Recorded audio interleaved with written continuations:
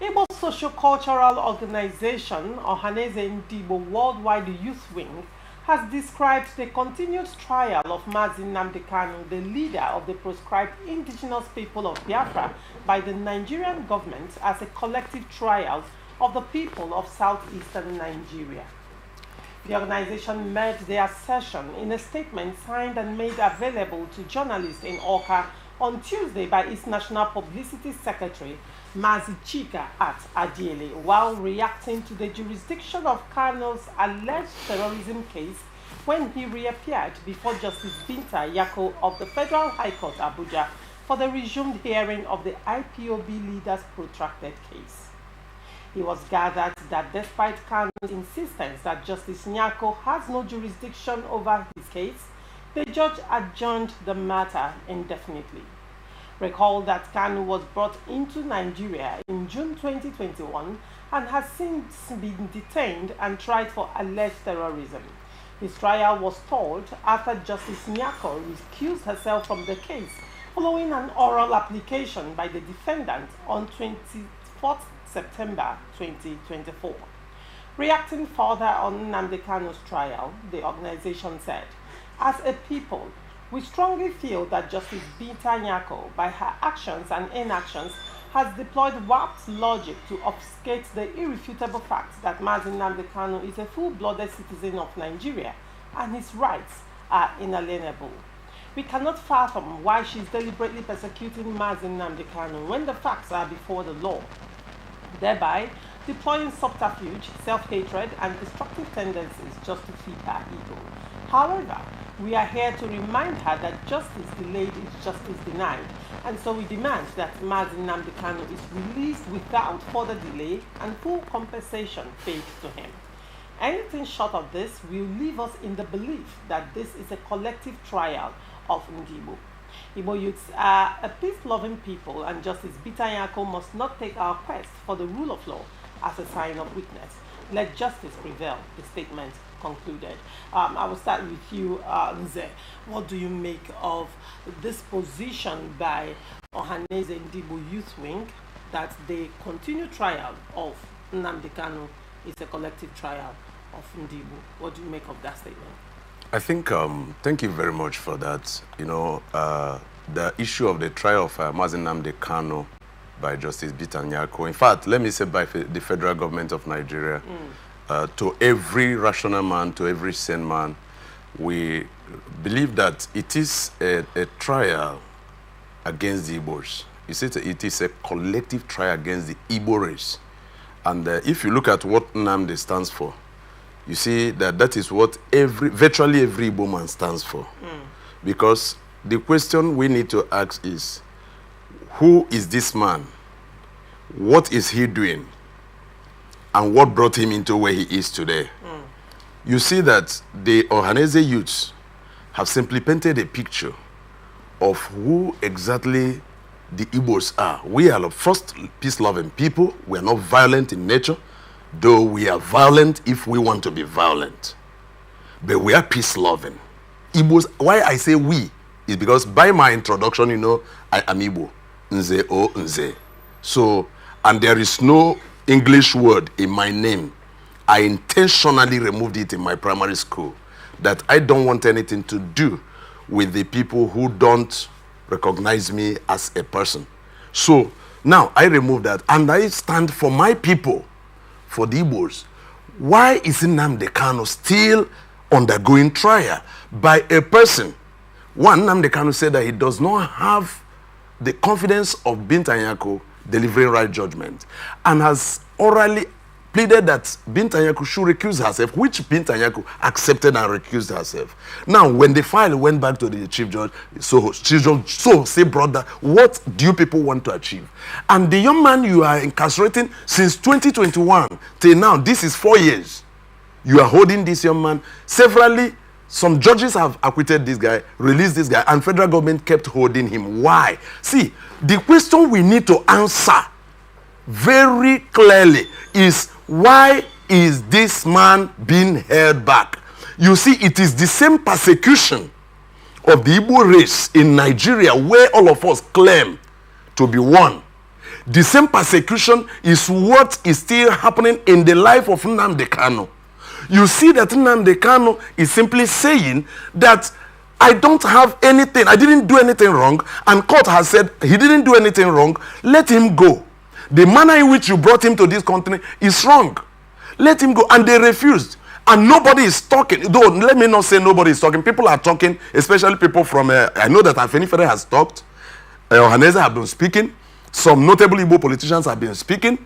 But some few persons who felt that Igbos as second-class citizens in Nigeria, and perhaps, if I may say, those that have been defeated in war, for that reason, they must be subjected to where they are. But they forget to know that even though they try to manipulate some of these things, the truth will still remain there. I am a post-war child, and everything that happened before the war, during the war, and after the war have been handed over to me by my grandmother, in whose hand I grew. So, and I am making sure that I'm transmitting the same information to my children. Why the war? Why IPOB? Why proscribing this organization, even when they were armless? Why proscribing them? You see that what started, the same deception British government sold to Nigerian government before independence is what they are still carrying, which is still keeping people to where we are today. Because nobody will talk about Biafra without mentioning what started in the January coup 1966. Now, January Q 1966, the army did what they did. It was among themselves. What concerns those who are in the field of in the military and those who are doing their petty business on the streets of Kano? That after that January 1966 coup, you now see the pogrom that emanated. These are the things that we are considering as Igbos that have been done against us, that's supposed to keep a kind of, if I may say, grudge against Nigerian government, against Nigerian people. But yet, because Igbo people are enterprising, Igbo people are free-hearted people, Igbo people don't harbor unnecessary grudge, we let go all those things and we continue. Look at the kind of killing that happened in the streets of Kano that government of the then government of Gowon refused to look at. Now, by the time they finished, the war broke out because Ojukwu said, you can't be killing my people like this. The same killing that happened in 1967, July 1967, that after that, Ojukwu said no. Instead, let me go with my people. Because you can't be, we are humans, for God's sake. We are not animals. I'm coming. We are humans. We are not animals. Now, you keep on killing seamlessly. Nobody harasses you. Nobody interjects you. They keep on, Ojukwu now declared Biafra. They say you can't go. They say you can't go. Then they started fighting us with the aid of this same British government and other world leaders. They fought until the war came to an end. They say no victor, no vanquish. We agree. No victor, no vanquish. Where are the Igbos still today? Was it not the same marginalization that has been happening that made Wazirike came up in 1999 with movement for the actualization of sovereign state of Biafra Masob? And he did what he did. He was arrested. His men were arrested. And you discover that most of the war veterans that fought in 1967-1970 war agreed with Wazirike. They followed him. But unfortunately, age has overtaken that many of them are no longer alive. And those that are alive are weak. Now, after Wazirike was decimated, about 12-13 years later, another Wazirike emerged in the person of Nnamdi Kanu. I think that should be 2012, or he started 2009 with radio broadcast. And until he had gathered up this, if I may say, popularity, he now came up. And they were looking at it. He said, look, we are not coming to fight Nigeria, but we are simply saying, let us go.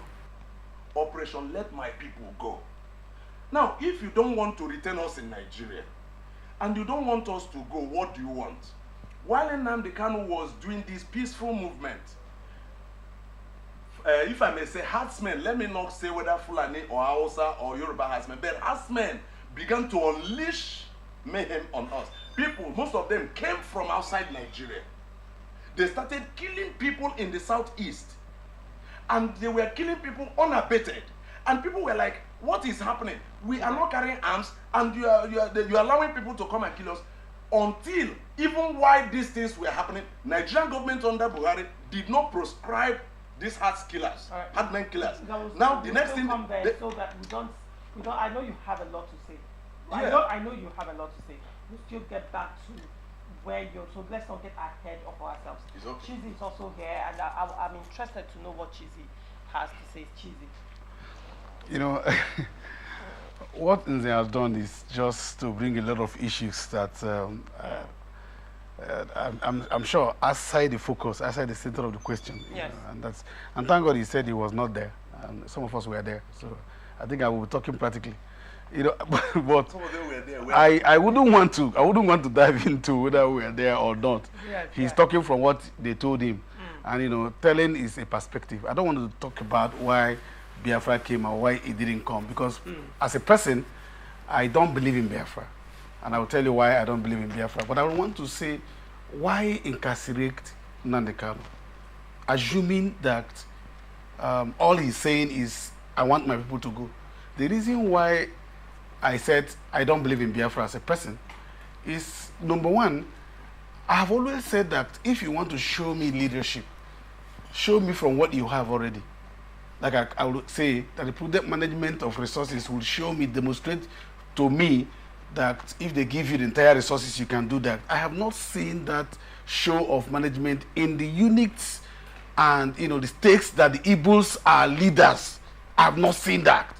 So there's nothing for me. If I go to Aba, for instance, and I go to Onitsha, for instance, and I go to other, I have not seen that. So are you going to bring angels to leaders? It means that that leadership question that is still in Nigeria will come up, and then very soon there will be another balkanization in the Biafra still asking to, because after all, Nigeria did ask for independence. Nigeria did ask to become Nigerian as a state, and they thought that they were going to do wonders. Just 2 years, 4 years after that independence, you saw that all Nigerians were doing was celebration, doing makosa and all of that, dancing, until the military boys came and swept off the district. You saw that it was shameful. And so I have not seen that. So for me, you are not going to bring, even Nnamdi Kanu is not going to bring, Nnamdi Kanu, even if Nnamdi Kanu is the president, he's not going to be the governors, he's not going to be this thing. So we needed to show that, look, if we have done this here, then if you bring us here, we'll do more. Then secondly, is the fact that if you want to take states, Biafra is not an Igbo thing.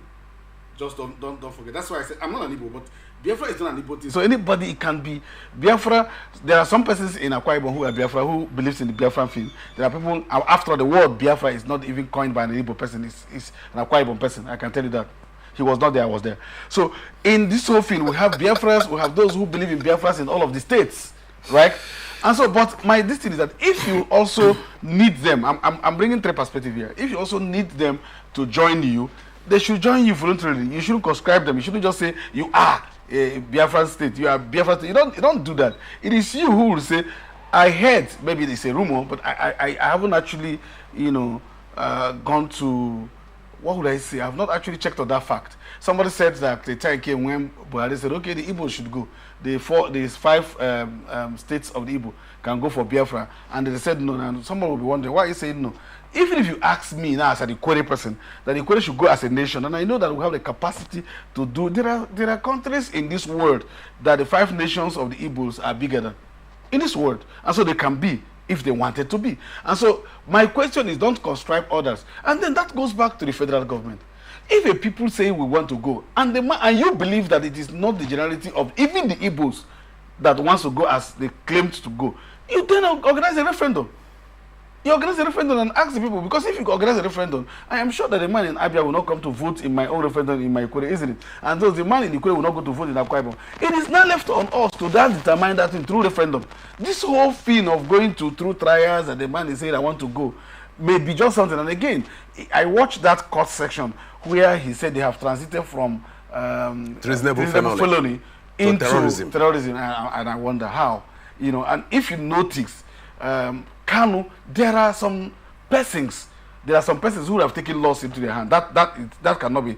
And I can tell you, while we were in school, I found out something that each time when I became the student union leader, I found out something that each time we were going on demonstration, Lawrence, if you catch 95% of those with us, you'll be shocked they didn't even know what we're doing. They don't even know. But you see them do all manner of evils. And when they do those things, it will go back to the organizers of that protest. Even though those organizers will be peaceful. We are there when we heard on radio that there was this killing in Abia State, and Kadowa was saying, take Nnamdi Kanu, sorry, Nnamdi Kanu, sorry. I was almost taking you and taking the cue from you.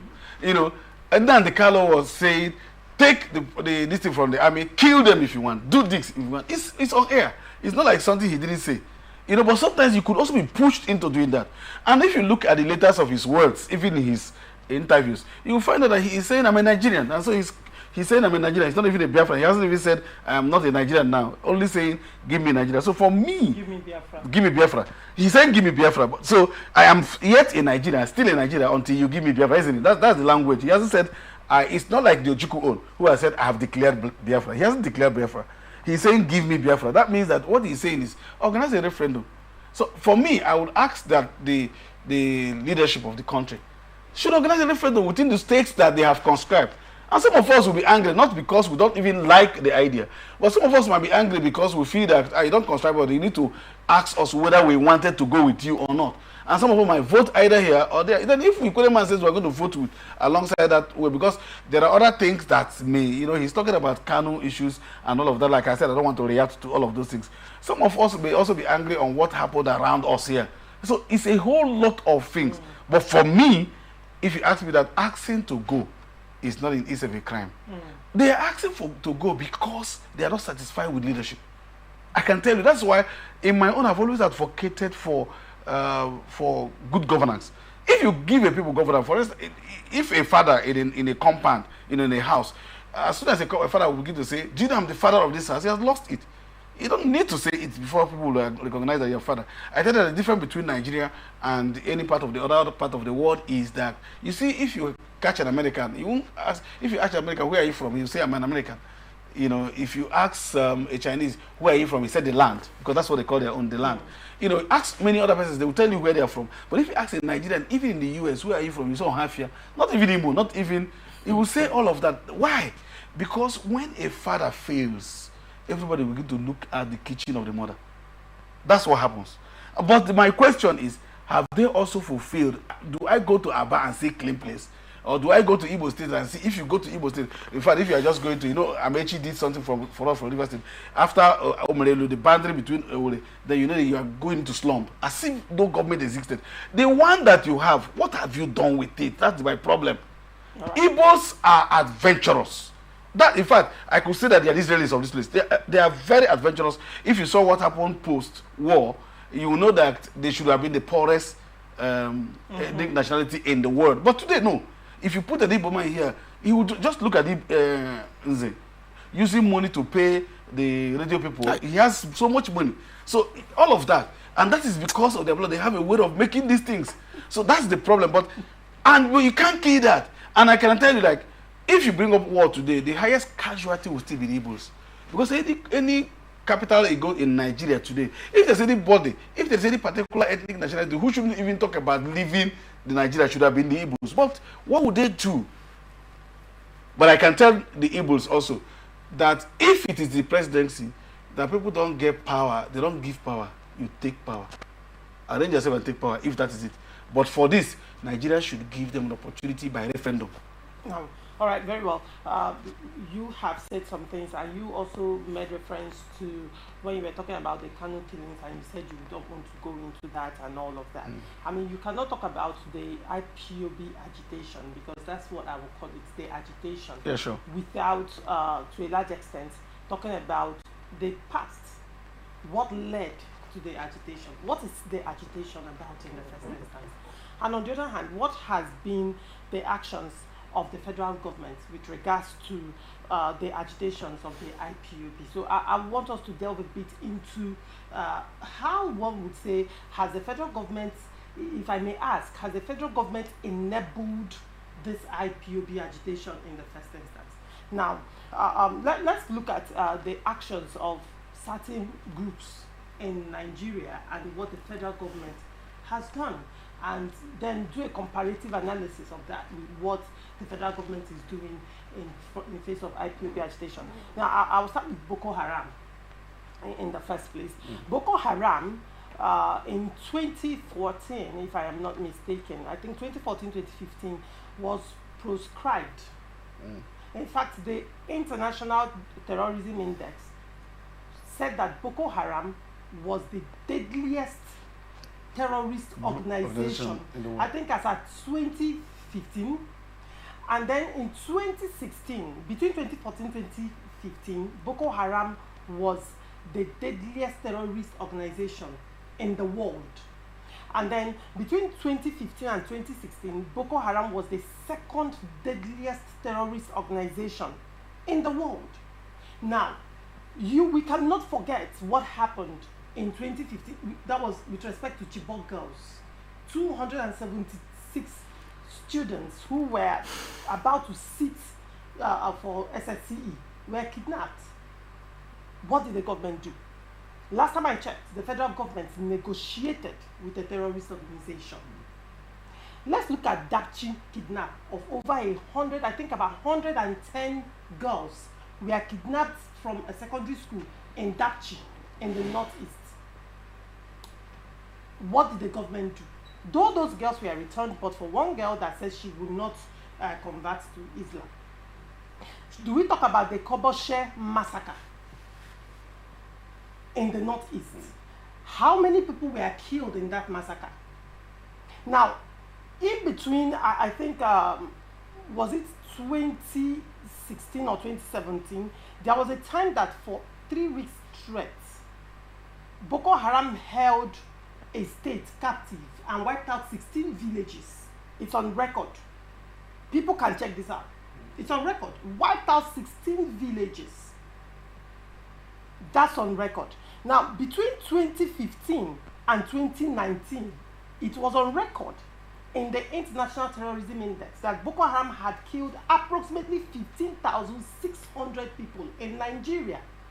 Now, I can't tell whether that is underreported, right? But that history is there. But the federal government negotiated with these people. The federal government, in reaction, also granted what I would call amnesty, because I mean that's where the language repentant Boko Haram members came out. They were given a leverage, and they said they were rehabilitating them, the ones that surrendered. Yeah, sure. And after that, they were reabsorbed into the society, even into our military forces. This is the reality of the Nigerian situation. There was a negotiation with an internationally proscribed terrorist organization, and they are still on ground, and they are still doing what they are doing. But then we hear repentance. Hold on. Then we come to bandits, and then the herdsmen issues that have been killing and killing and killing, and the resultant effect of this is that it has plunged Nigeria into economic crisis, food insecurity, and food scarcity, and by extension, food prices are way above the purchasing power of the average Nigerian. And I am yet to see where the government has proscribed legally the killer herdsmen or these bandits, terrorist organizations. Rather, the federal government negotiated with the terrorist organization. And what is Boko Haram? Education is haram. Education is abomination. So their own, to a large extent, is that civilization is an abomination. Yeah. Right. Now, but this, in the case of IPOB agitation, has been more like we have been marginalized. Are we still part of this country? Even after the war, the government is not, to a large extent, bringing in that inclusion. To a large extent, when you ask the typical IPOB person, that would be their cry, right? Now, let's also look at agitation, Niger Delta agitation. Pipelines were bombed, back to back. Kidnapping, in fact, kidnapping became lucrative starting from Niger Delta agitation. White men, expatriates were kidnapped, oil workers were kidnapped. Kidnapping was rife. The South suffered a lot, right? Even this agitation took the lives of their own as well. The federal government negotiated with Niger Delta agitators, listened to their cry, and brought an inclusivity and brought peace to Niger Delta by the reason of that singular act. why can't the federal government extend the same inclusion? Why can't the federal government extend the same consideration to the IPOB or the agitation of the Southeast? Chizzy, this question is to you. Well, you know, I like what you're doing, except that it will be the most unfairest thing, if there's a word like that. It's unfair to begin to compare Boko Haram, the militants, and the IPOB agitation. They are entirely different things. What I am looking at. Please. The reactions. That's something. You must allow me get that history. Go ahead. Now, if they are different, like I said, it's very unfair to think that they are the same. Now, if they are different, these people are operating on what we call the guerrilla warfare. These persons has a face, and what they are arguing is not because they are not terrorist organization. That's why I said you can't take them into the terrorist organization. IPOB, they are not. IPOB has a face. It's not a terrorist organization. IPOB is like asking your father that you are no longer my father. I want to leave. That's the difference between, and you know, if I let me follow Jesus said, if one of you goes astray, that you go out to take it. So if there's anybody that the federal government should even want to talk to into being one, should have been the IPOB. While the other one is to deal with them frontally. And now, but to deal with them frontally, because they are faceless, they are not like a territory. Like for instance, you have, this is Boko Haram. These 3 states says the governors and everybody say we are Boko Haram, so let the state government find them. That would be a different thing. Now, let me say this. A terrorist organization in all over the world, part of the intelligence of the security is negotiation in all of this in the world. But in secession, which is what IPOB is saying, I have said that the language of secession, the only language that the federal government should deploy in secession, is not even to negotiate with them, is to organize a referendum to know whether they want to go or not. Because even the international law states that, treaty allows for a referendum. That's why I have said here that they cannot go and negotiate with them to do what. Don't forget that the federal government has been talking with Nnamdi Kanu. Nnamdi Kanu has said no to certain things, certain conditions, because Nnamdi Kanu said release me unconditionally.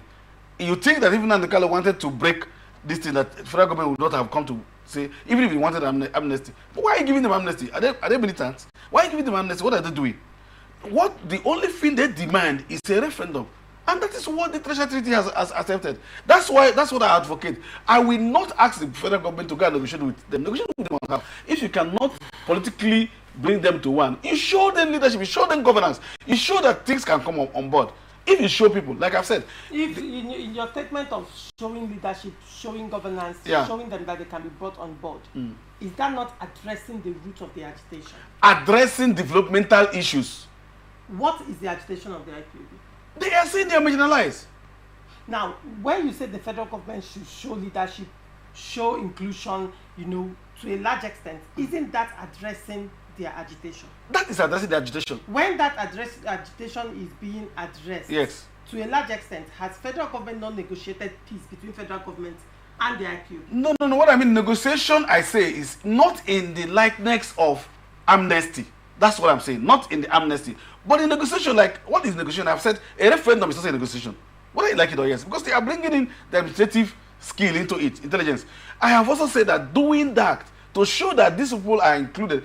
No, and I remember that I said before now that the presidency, if that is included, is not negotiated. The presidency is by you get it. You're not giving. Nobody gives you presidency. But there are, apart from even the presidency, to show that even the Niger Delta, even all of us, even the entire country, we have not shown good governance and leadership. In fact, if there's anything all of us should be saying now, is that we don't want this fix or whatever fix of leaders that are here today. Because you see, there was a time in this same Igbo land that an Hausa man was a local government chairman in Enugu. And it wasn't an issue. It wasn't an issue. There was a time an Igbo man was a local government chairman in Kanu. It wasn't an issue because they were delivering on what, quote unquote, they style now dividends of democracy. Now, if they begin to deliver on that, but where things become sectional, where things becomes this, I would say that everybody will argue. So if you want to negotiate with them, their amnesty should be organize a referendum. All right, very well. But for militants and for Boko Haram, I have said it even to militants, let them hear me. I will never negotiate with militants, I will kill them. Now, But my first thing is to provide that which they lay their hands to argue, because it's even the militant that caused all of these our issues in Niger Delta. We don't have work again. Well, I'm not looking at the issues of Niger Delta today. We are discussing. That is what I'm saying. Struggle. Now, to a large extent, the question is: would one, in the face of the response of the government to the different agitations in Nigeria by different persons, and also the response of the federal government to terrorists, would you say the federal government has been fair in how IPOB has been treated? No. Say that the detention of Nnamdi Kanu up until now, without a clear result, either he's guilty or he's innocent, would you say it's fair? Considering that to a large extent, this is at the heart of the Southeast. I said a court of competent judiciary, a court of appeal has granted Nnamdi Kanu bail. So it is not, I cannot support the federal government on that. Not one day. I will never do that. The only thing I ask the federal government, I have said two things. That I have also looked at the Igbo side, like I've said, why I don't support Biafra. I've said so. And I said, let them show leadership, even at their unit level. And then on the federal government, let the federal government show leadership. The federal government has not shown leadership, not only to the Igbos, even to the other aspects of the country. I just said so. But that keeping Nnamdi Kanu there is, in fact, if there's anything, you are even making Nnamdi Kanu more popular than he would have been. Organize a referendum. Let him go ahead and campaign, and let us see whether he wins or not. All right, very well. Nze, I will come to you at this point. What do you, because while Chizzy was speaking, I noticed you were breathing in and you breathe out heavily. So you have the floor now to really pour out your heart. Go ahead, Nze. Well, thank you, Laurentia. Well, let us look at this thing from this, if I may say, intelligent viewpoint. Why all this? Yeah, you raised issues from various angles. But let me say very clearly that the trial of Mazi Nnamdi Kanu, the Ndigbo, is a collective trial of all Igbos.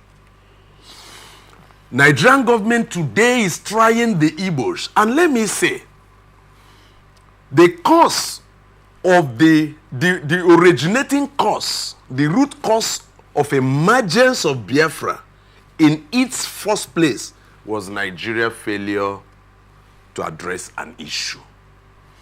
And after that, you discover that at 20-something years after, another Ojukwu arose in the person of Ralph Wazirike, a renowned lawyer.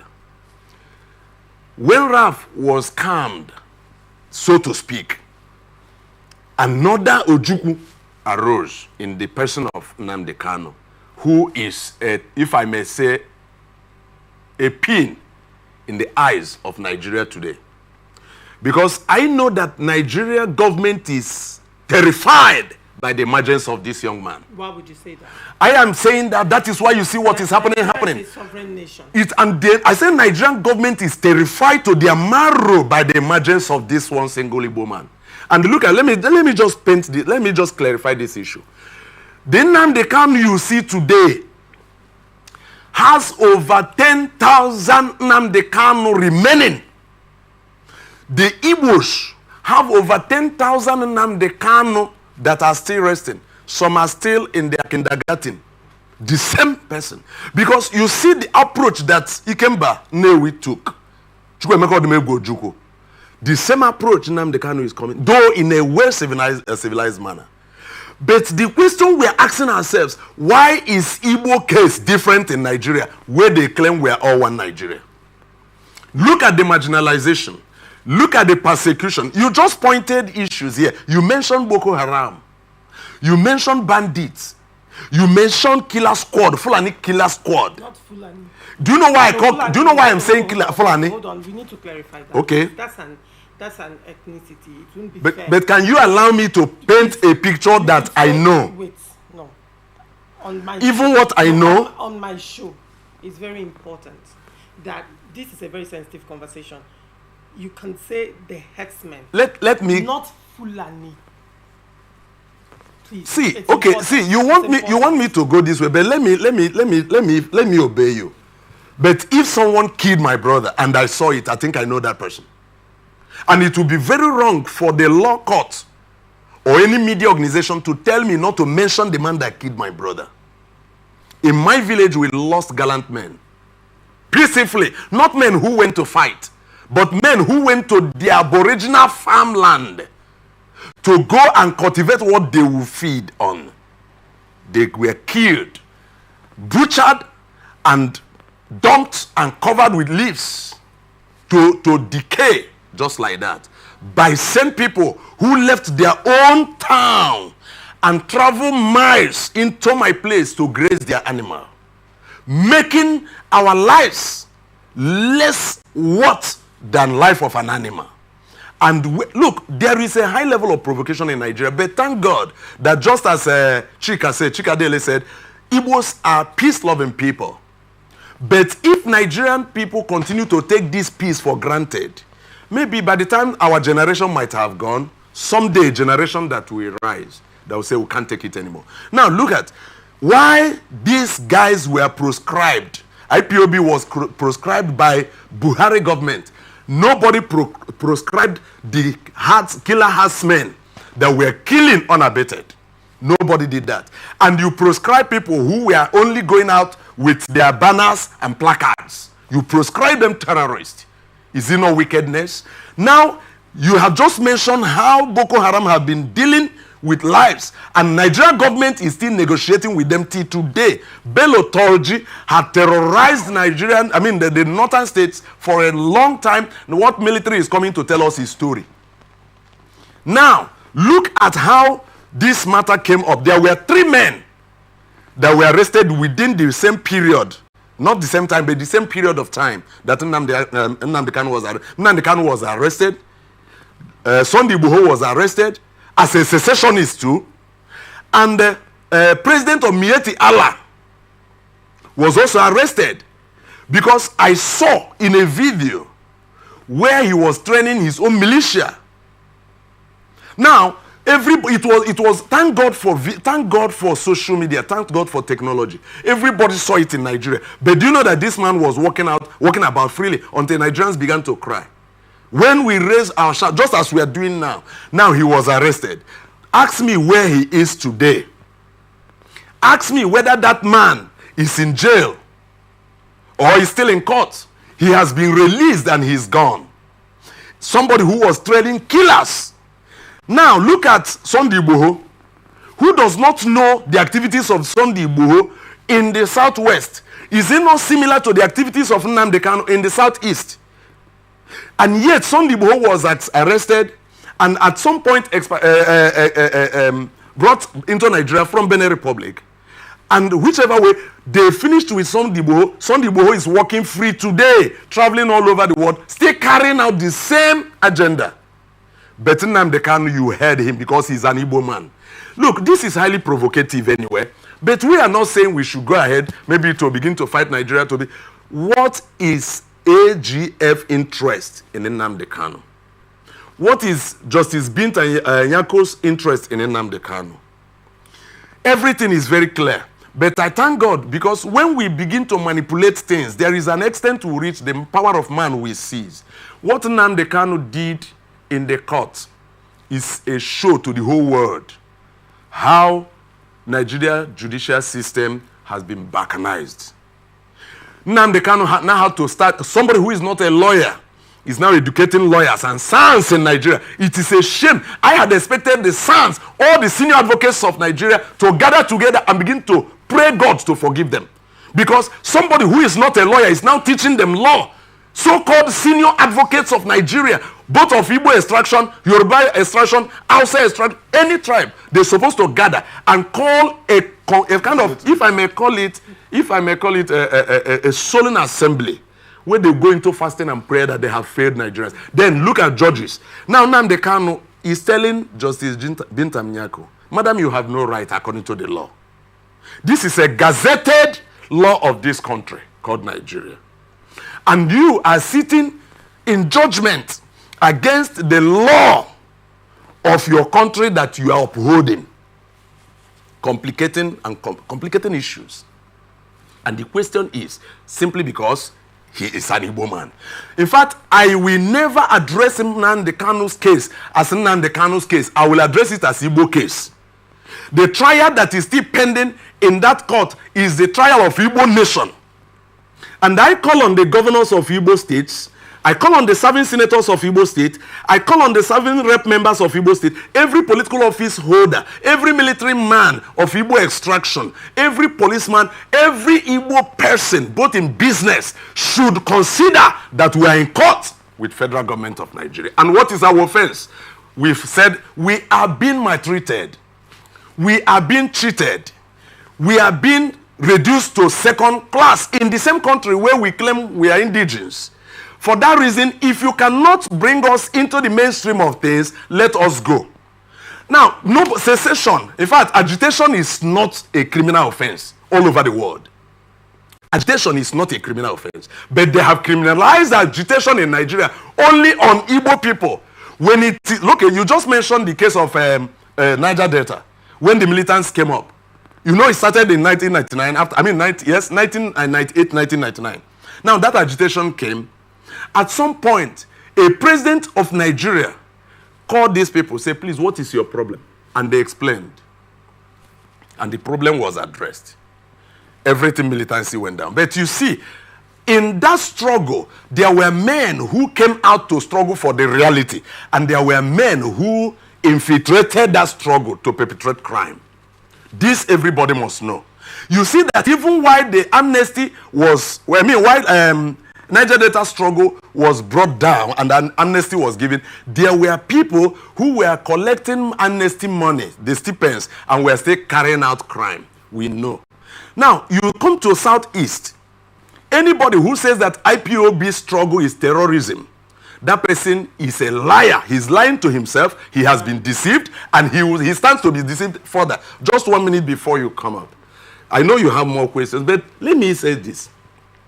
Those people that are killing people in the name of ESN, unknown gunmen, IPOB, this, that, my advice and suggestion is catch them, kill them. They are criminals. I was actually getting to that point. Okay. I wanted to ask you because this has been the concern.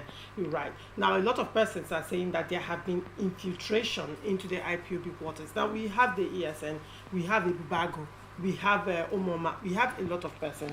And then we also have people who, the level of insecurity in Southeast cannot be swept under the carpet.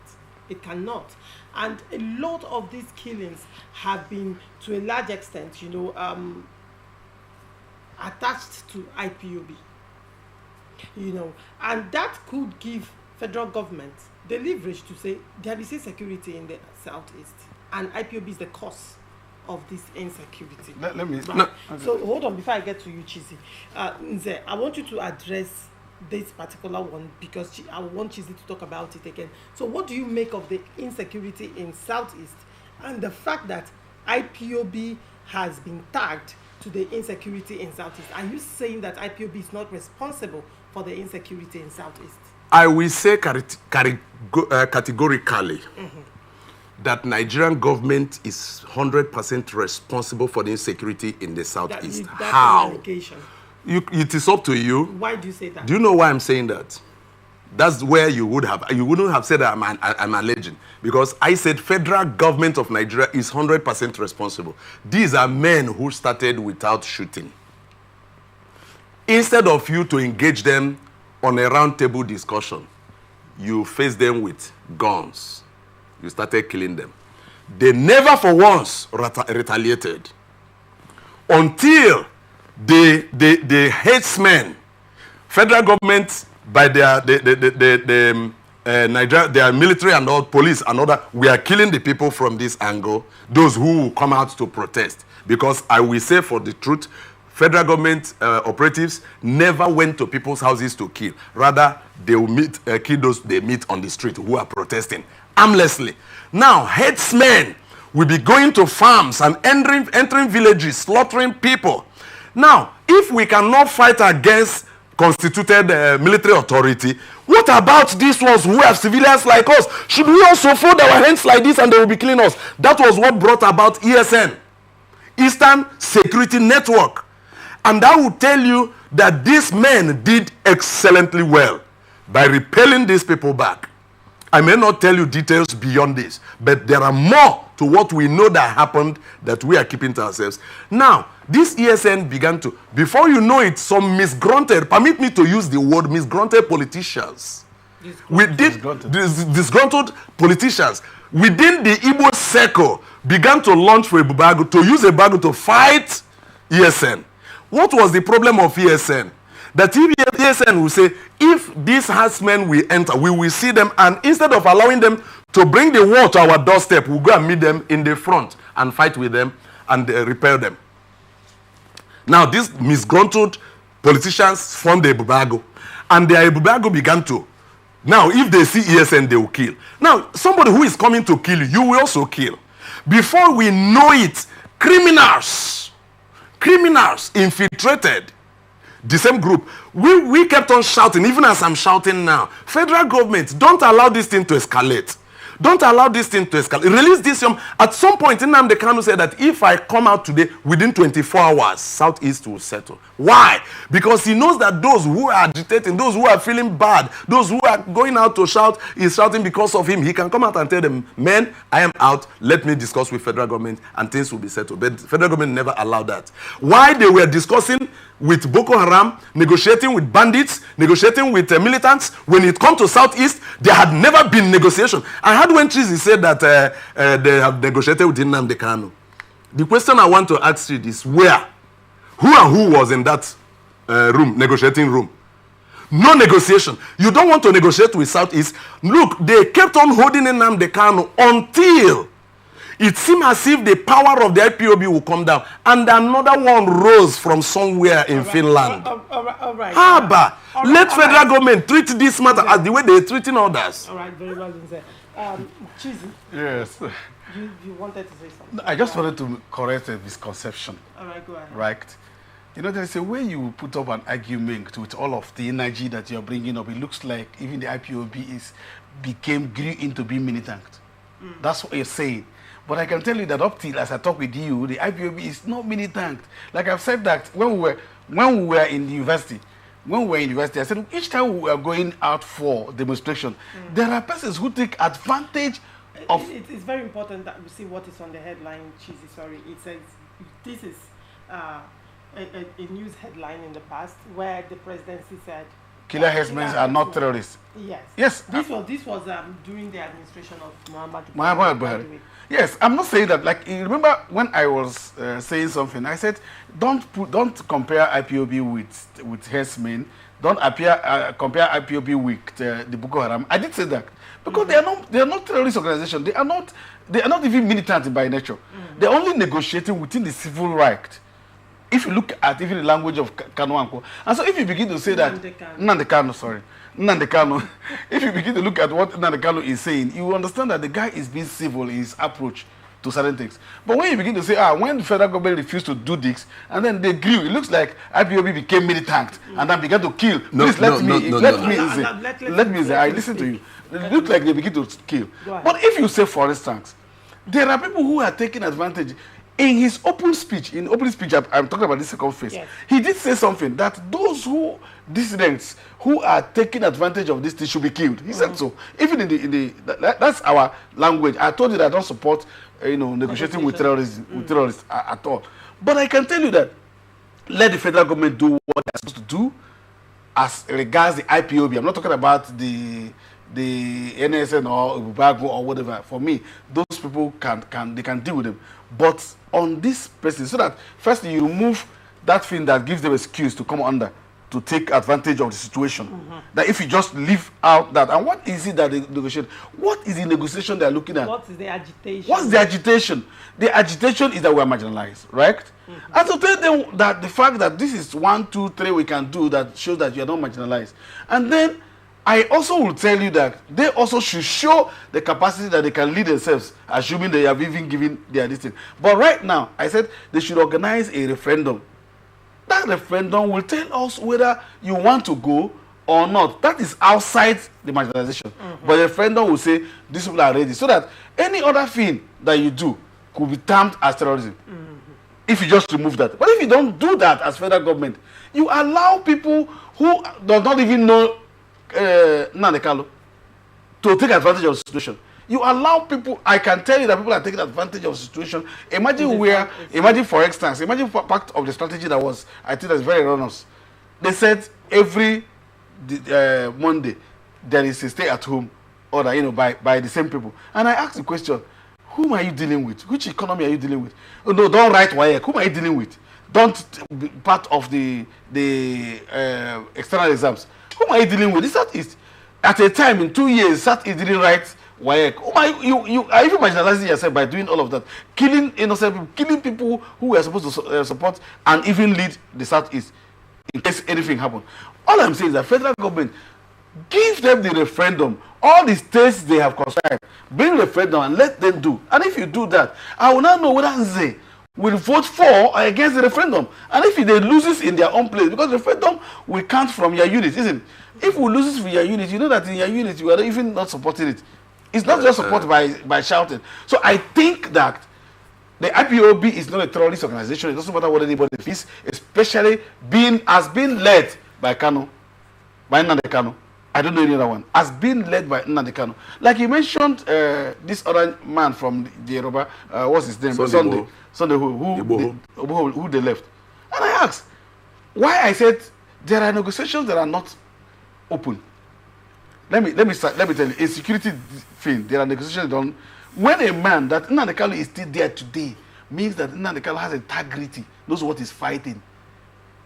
They are negotiating with him, but he is saying no.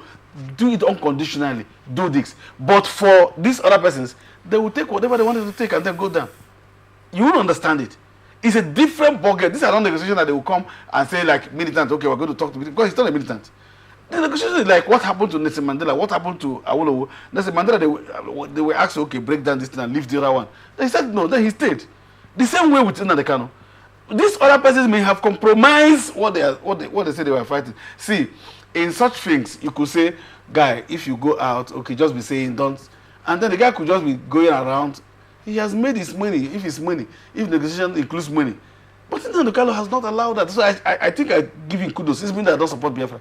I give him Nnamdi kudos for standing still. If he say there's no negotiation, then we lie. But I can tell you that they are meeting him. There are persons they are sending to him. You notice that there are Igbo big men they are sending to them. They're not just sending them. They're just telling them to say, guy, can you stop this way and do this way? And the man says, no. Organize a referendum for us. And so if there's anything anybody should be talking about is that the Nigerian government should organize a referendum and then let Nnamdi Kanu be released unconditionally. He's not carrying arms. The man say he's not carrying arms. Bring him here. Let him argue. Let him begin to say what he's saying. And then go around and campaign for his people. If he loses it's okay. If he does not lose it, it's okay. Then if he loses it, and then he continues with it, then you can declare him a terrorist group. Of course, that's true.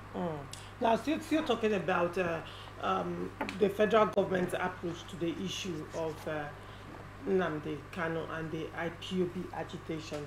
You know, I also brought in that of the Niger Delta agitation. I will also go back to that Niger Delta agitation because now we are talking about the arrowheads of that agitation. Because Nnamdi Kanu, in this instance of the IPOB, is the arrowhead of the IPOB agitation. In Niger Delta agitation, we have arrowheads. They have their own military, if I may use that word. To date, it's not. In fact, recently, one of their arrowheads came out one certain time last year to threaten the military, to threaten federal government that the military helicopter was flying over his house and he was going to shoot them down. And after that, he kept quiet. But I can tell you that even one of the other arrowheads of the Niger Delta agitation, who has his own military as well, has a running contract with the federal government. He's using his own personal military to guide the waterways of the federal government. I mean, it's still the same. His own security outfit, not military. You have a right to register. You have a right to register security outfits. Yes. With what equipment? What sophisticated level of equipment? I'm sure you haven't seen them. Well, we are saying the same thing. I have said. Lorenzo, can I comment? Are these things there? They are they militants? Yes. Now, I will never you can give them that. You can give those arrowheads that name, repentant militants. Yes. Probably this one has been rehabilitated to a point that he has repented, and his own militant group has repented, because you can't be a militant without having some level of violence. They have repented. Those things are still there, and now we are saying the same thing. No. Now has transited. There is a transition. Yeah. What I'm saying is this: if the federal government has been so magnanimous with the Niger Delta agitation, even right now as we speak, a group of the Niger Delta, the Ogonis, have been agitating over a while. Yeah. And right now, the federal government killed the arrowhead. Should they kill Nnamdi Kanu? Hold on. The federal government right now has listened, and something is going on in Ogoni now. Yes. As it stands now. Yes. That's what I'm trying to say. At the end of the day, something is being done. Why can't the same magnanimity be extended? Now, why can't we look at political solution for Nnamdi Kanu's situation, considering that this, to a large extent, is a person of interest to the Southeast, and to a large extent, it will help in opening doors. What will be the political solution other than referendum? Should they give the presidency? Yes. You said two things: referendum one, and on the other hand, development. Releasing Nnamdi Kanu. Strict. Before even the referendum, Nnamdi Kanu should be released. The third one, you talked about governance. Yeah. Showing the Southeast that they are also part of Nigeria. Sure. That's what you're saying. That's what I've said. To a large extent, that for you is the political solution. Yes. Nze, as we round up this show, you have been itching to say something, so you now have the floor. I will also ask you that question. First, I will come to solution as a way out. I will come to that the question, and I will also make mention of the way the Niger Delta agitation arrowheads are being treated or have been treated. But let me call something to point here.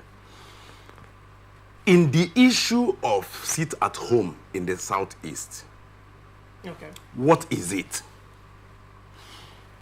The federal government that is, and some politicians who are saying there should be no sit at home, are doing it as lovers of Ndigbo, but indirectly manifesting their hatred for the Igbos.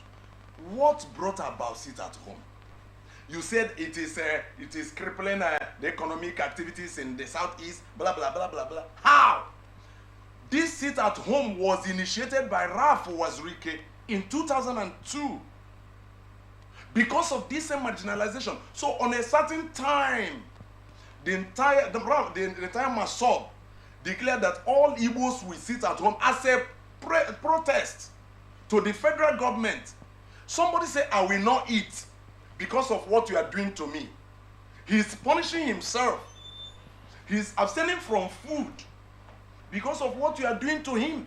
Now, this thing happened that very day. Because the Igbos in the Southeast, the Igbos in all over Nigeria sat back, and the whole Nigeria shook. Tafa Balogu, the then Inspector General of Police, raised an issue. And I was personally invited by the Commissioner of Police, Audu Mohammed, not Mohammed, but his name is Audu, Commissioner of Police, right. FCT. He invited me to his office, and I went there. For 5 days, we were discussing matters. What happened? And I defended Igbo people. In past, I came there to meet me. Ezigbo One, Ezigbo Wosu came there to meet me. Okwinwodo came there to meet me. Anyanwu, my very good friend. Okwadiki Ibuku of blessed memory came there. Several of Igbo prominent people came to me. And I told them, is it not Igbo cause? We will defend it. And at the end of the day, when the man could find nothing, he used red biro and minuted on the petition they wrote against me and sent me to a CIB. And we finished with CIB, and I got myself free. Now, look at it. It has come to the time of Nnamdi Kanu. He said, if they don't allow us, we will protest by sitting at home. We will no longer come to the road. Since if we come out to the road, you will begin to kill us. We will now stay in the house. Let's see if you come and kill us in the house. But look at, while that was happening, they say we'll sit at home releasing Nnamdi Kanu for us. They refused to release Nnamdi Kanu. Now, some people started pushing in, let's see, that's their seat at home, will not allow this, will not allow this. They started releasing people. And some other people came up by Simon Ekpa, who began to recruit his own men, actually fighting the same cause, but in a different dimension. And I never liked that. I know I have spoken over and over. I said, if I can get contact of Simon Ekpa, I know he will insult me, but I'll first introduce myself to him, because he should be able to know Nze Onze. If I tell him, I say, boy, the way you are going about this thing is wrong. Instead, go like this. Go. I don't want to join issues with IPOB. I'm not a member of IPOB. I will never be a member of IPOB. But I know that if by today or tomorrow, Biafra is carved out, I'll be an indigenous of Biafra, because that is my birth. I can't deny Igbo race. It runs in my blood. So you see that the issue of sit at home, that they now use to kill people, maim people, that some criminal elements infiltrated and started committing crimes, brandishing their guns in the name of Biafra land, the land of rising sun, blah, blah, blah, blah, blah, blah, blah. Whereas you're a criminal, only hiding under the agitation of IPOB to kill people, to maim. You see a vehicle that you don't know, somebody that is traveling from Kaduna that want to head to Port Harcourt maybe before morning, because the vehicle is carrying a perishable good. And if he should stay that one day on the road, both money, both the goods, everything we lost, you catch the vehicle and set it on fire. You're a madman by doing that. You see somebody who is driving his family, you don't know the problem that they are running into. They are running to meet up, and you stop them, you set their vehicle ablaze, sometimes you kill them. You're a madman. You are not an Igbo man. Yeah, languages. Yeah, so that person is not doing well. That person who kills because of sit at home is not doing well. But enforcing sit at home to a large extent may be civil if they do it without arms. So, but now coming to the whole issue, you see that all these prominent Igbo arrowheads who are fighting and agitating for IPOB have not really been handled in any way. Rather, look at in the Niger Delta, most of the people who agitated, some of them are holding traditional title today. Some of them still have their squad. You call them army. But I will also call them army. In as much as I will not describe them as Nigerian, but they are army. Because any group that have weapons to fight and defend themselves is an army.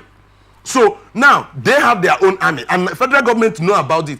Tell me one man in Southeast that has an army the federal government know about that they have not gone to. Now you hear that they have gone to what is it called in Olu? They have gone to Okigwe. They have gone to Okwe. They have gone to what is it called in Anambra State? Ihiala. They are anywhere they see anything that look like gathering of people with arms, they will go and unleash their dissent on that in that place and scatter them. Yes, it is a persecution of the Igbos. Let Nigerians know. Let Hausas, Fulanis, Yorubas, Ibibios, all the ethnic groups in Nigeria know that the leaders of Nigeria are playing the script of the Oyibo man, right, called the Europeans, who came, in fact, the British. It is the same script they are playing to keep Igbo people down, because they felt that Igbos are a threat to them. Leave an Igbo man, you see, he will transform Nigeria. Since he said that Igbos cannot lead themselves, it is not. Come around the organization I handle, and you see leadership. That is not we have excellency in terms of leadership. That is not what I said. What Chizzy is saying is an entirely different thing. But saying that the Igbos cannot lead themselves, it's not improper. Chizzy is saying, in fact, let me rephrase what he has said. In the cities or states in Nigeria, the states in Southeast one could say, have suffered the worst governance. For example, Abia State. Abia State, I mean, for the past 16, 18 years, has been governed by Igbo people. Ojiuzo, Kalu. Disgruntled politicians. I keep on saying disgruntled. What is happening today in Abia? Hold on. What is happening today? Hold on. Ojiuzo, Kalu. T.A. Oji. Okezie Ibazu. All of them did 8 years. Hold on. Until Alex Oti, who is also Igbo man, until Alex Oti now came, one would say that Chizzy was not out of place if he makes that allusion, because to a large extent, Abia State was not governed, whether disgruntled or not. They are Igbos. So one would say, to what extent have you led your people to what extent have you brought in development? To what extent now, was that done? If I may give a point to this. If you look at that, you can't sweep that under the. But let me make a point there. And you say Igbo politicians have done exceedingly. No, is that not why I'm angry with them? Look, but however, I know that Igbos have, if they really want to do something, they will do something excellently. Now, if you go to Anambra State, you see the government of Chumokemba Dinuju, you see the government of Ngige, you see the government of P2B. Before Obianu came and started misbehaving, and while he left, now Soludo had come. I'm expecting Soludo to also deliver. He's my man. At least when he was in CBN, we have that closer distance. I had expected him to do something very better, but it's like he's not doing it. But if you go to Enugu State, you see what the succeeding government in Enugu State have been doing. Go to Ebonyi State and see the Ebonyi State that we used to say you point like this, refer to Ebonyi. Now you point to Ebonyi like this because Ebonyi had been transformed tremendously.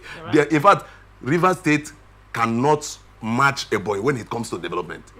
Yeah, I'm saying that at least. I'm saying you can take that to the bank. I will remind you of this particular statement in subsequent meetings. I will remind you of No, this. Yeah, I wait for you. I know now. Because of the governor we have now. Thank you so much. Thank you so much for coming on.